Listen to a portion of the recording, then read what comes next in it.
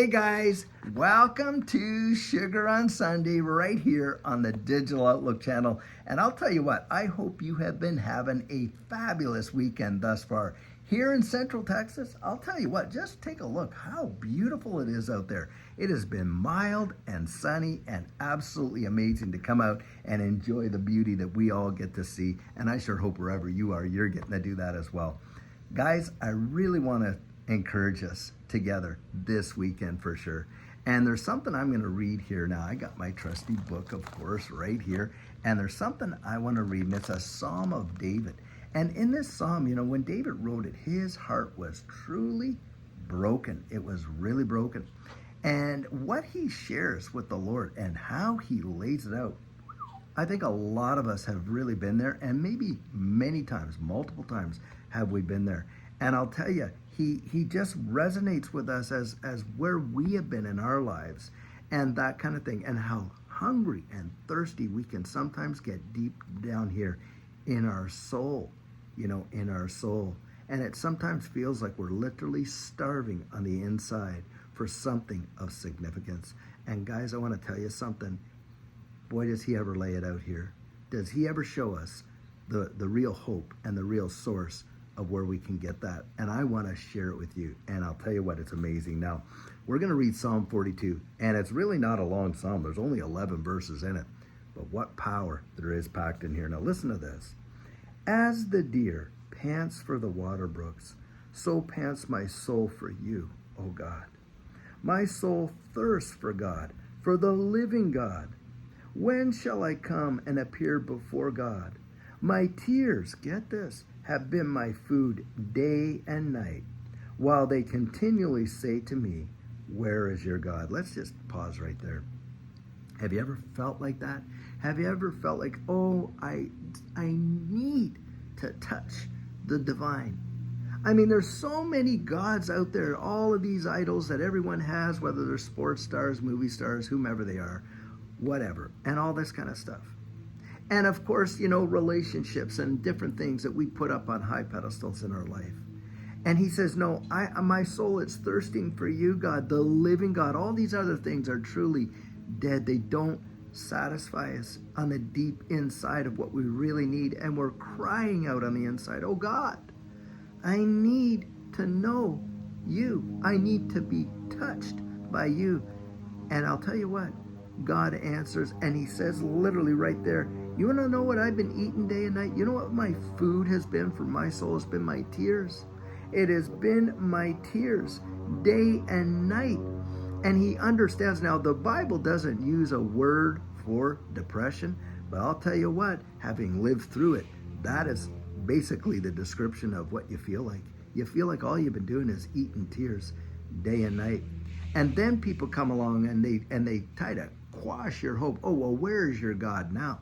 And all this kind of stuff, as if somehow, because your circumstances, you've fallen into difficult times, either financially, emotionally, spiritually, maybe in relationships, that somehow God has just disappeared and abandoned you. Well, that is the furthest thing from the truth, number one.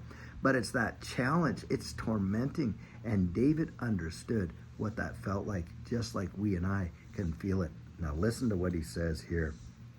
He says, when I remember these things, I pour out my soul within me. For I used to go with the multitude. I went with them to the house of God, with the voice of joy and praise, with a multitude that kept a pilgrim's feast. He celebrated with them. He understood. He had those happy days at one point in his life, and he did it with such joy. And he starts asking himself some questions, and this is where we can get really introspective in ourselves. And he says, why are you cast down, O my soul? Like, what is going on here? And why are you disquieted within me? Hope in God, for I shall yet praise him for the help of his countenance. Right there. I'm going to tell you, the scripture says this, put on the garment of praise for the spirit of heaviness.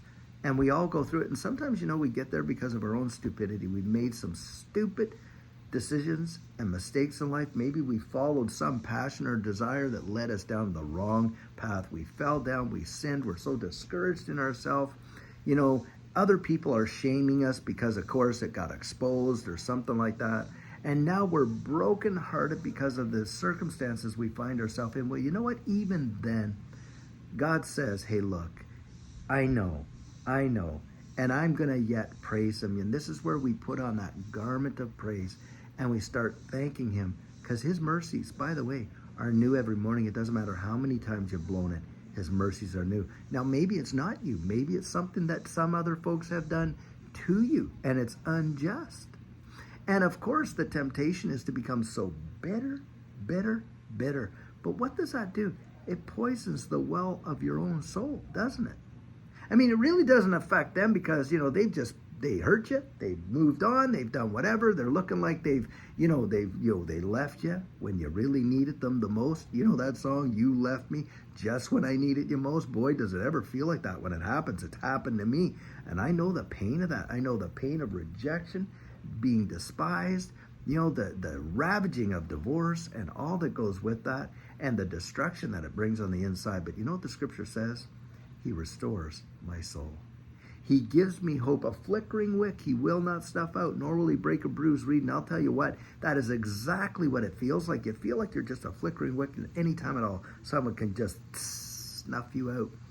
But God doesn't do that. He doesn't snuff people out just because the flame in their life doesn't burn as bright as what it once used to. You know what he does? He comes along, he fans that. He fans it, he trims it, and right back into a burning flame. Listen to what David says here. And he says, he cries out to God, and he says, oh my God, my soul is cast down within me. Therefore I will remember you from the land of the Jordan, and from the heights of Hermon, from the hill of Mizar. Deep calls unto deep. At the noise of your waterfalls, all your waves and billows have gone over me. The Lord will command his loving kindness in the daytime, and in the night his song shall be with me, a prayer to the God of my life. He says, look, yes, I'm brokenhearted in here, but I am going to remember the goodness of God in the land of the living, basically. And he says right here, he says, therefore I will remember you from the land of the Jordan, from the heights of Hermon, from the hills of Mizar. Although I'm so far from where I want to be, where you had me at one time, I'm so far from there, but I'm going to remember the goodness and the mercy and the grace and the love of God. And I know that your loving kindness is better than life, he says. He's going to literally come down here, and he's saying the Lord will command his loving kindness in the daytime, and in the night his song shall be with me, a prayer to the God of my life. You see, life is a mixture of circumstances, but life in and of itself is not our God. Now, we cannot always control what happens to us, but I'll tell you what, we can control how we react to it. Now, David felt the brokenheartedness and the pain, didn't he? Says he did. In fact, he says, my soul is cast down within me, but therefore I'm not going to sit here and just enjoy a pity party. No, I'm going to remember the goodness of God. I'm going to cry out to him, and I know that because of who he is, not just who I am, but because who he is, he will faithfully send his loving kindness. His Bible says his mercies, as we said, are new every morning. God can make a way where there is no way, and one word from him could literally change your entire situation just like that. I know it happened in my own life. It happened in my own life. Now listen to this. I will say to the God of my rock, why have you forgotten me? Why do I go mourning because of the oppression of the enemy? As with a breaking of my bones, my enemies reproach me, while they say to me all day long, where is your God? You know what? God can take the hard questions. God can take the hard questions. If you're sitting there and you're in a situation you never ever thought you'd find yourself in, go to God and say, God, why? Now, it feels like God forgotten David, but he did not forget David. In fact, if you read Psalm 13, he cried out that before. He said, God, why have you forgotten me? It feels like you've forgotten me. And God says, no, David, I didn't. Remember that, poem about footprints, where there were two sets of footprints there? And then the person looks back over their life, and at the most dismal, darkest, most discouraging points in their life, there was one set of footprints, and the person turns, and this is our human perspective oftentimes. And they turned to the Lord and said, Lord, why in the most deep and darkest points of my life did you leave me? You know what the response in the poem was? My precious child. When you see one set of footprints in the darkest times of your life, it wasn't that I left you. It's that I carried you. Those were my footprints. You know what? Doesn't mean you didn't get battered by the storm. You know, the scripture literally says, when I walk through the water, you'll be there. And when I go through the flame, but it doesn't mean we won't get wet and we won't feel the heat. But God is there, and he's going to carry you through. He's going to carry you through. Encourage yourself in the Lord, and know that this too shall pass. The Lord is my shepherd, and I shall not want. He will make a way where there seems to be no way. Scripture says he'll lead me beside the still waters and green pastures. A great day for you is absolutely in your future. It is coming, because the blessing of the Lord makes a person rich and adds no sorrow to it. Now listen to this last bit right here. Why are you downcast, O my soul?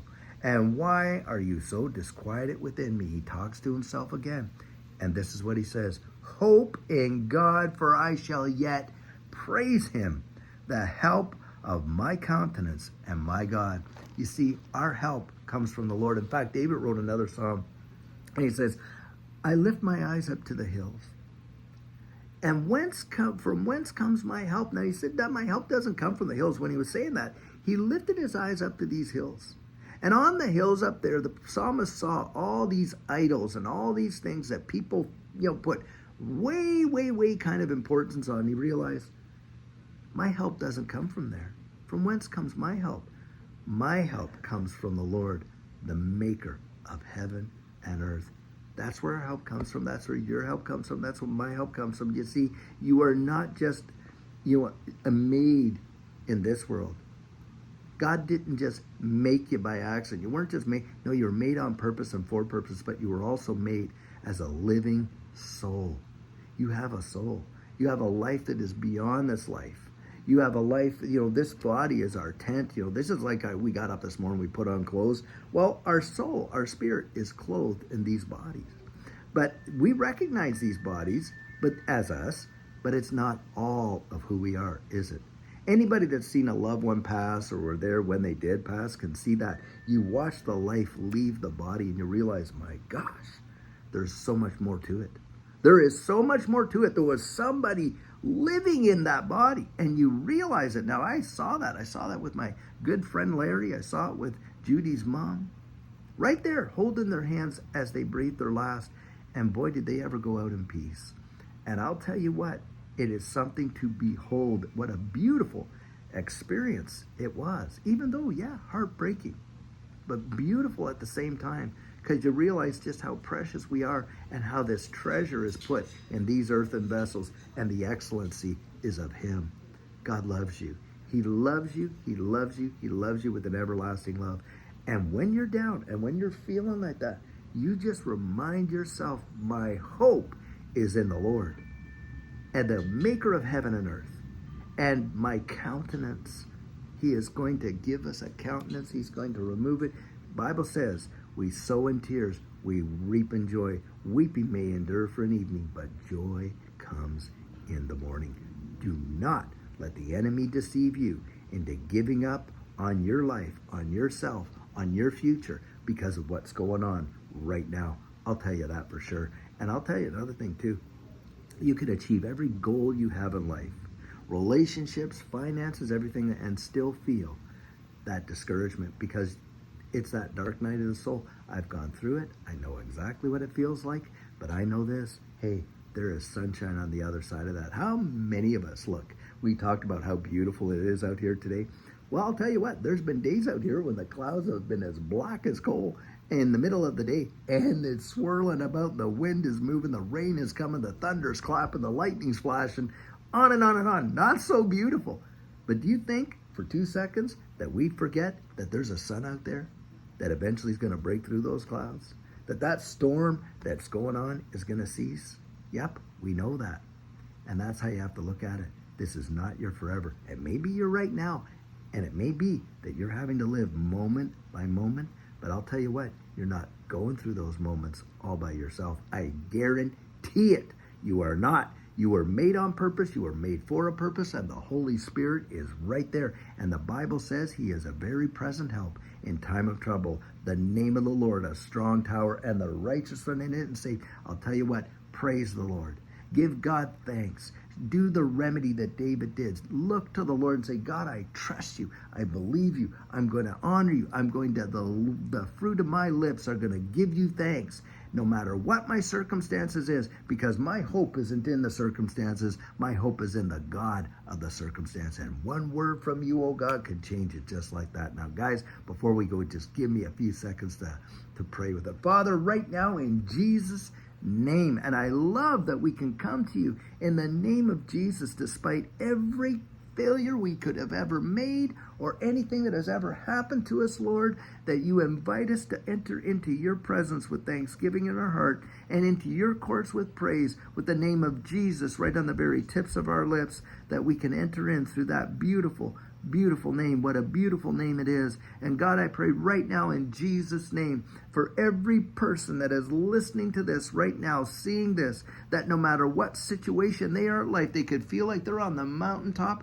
or maybe perhaps they're in the absolute valley of their life, the dark night of the soul. God, I pray that they will remember who you are, and that eternity is in the very palms of your hands, and one word from you can change their entire situation, and that you love us with an everlasting love. And it is not a love that's just based on feelings. It's an act of your will, that you proved it to us by going to Calvary and paying that sin debt in full and washing us clean from all of our unrighteousness and making new creations out of us.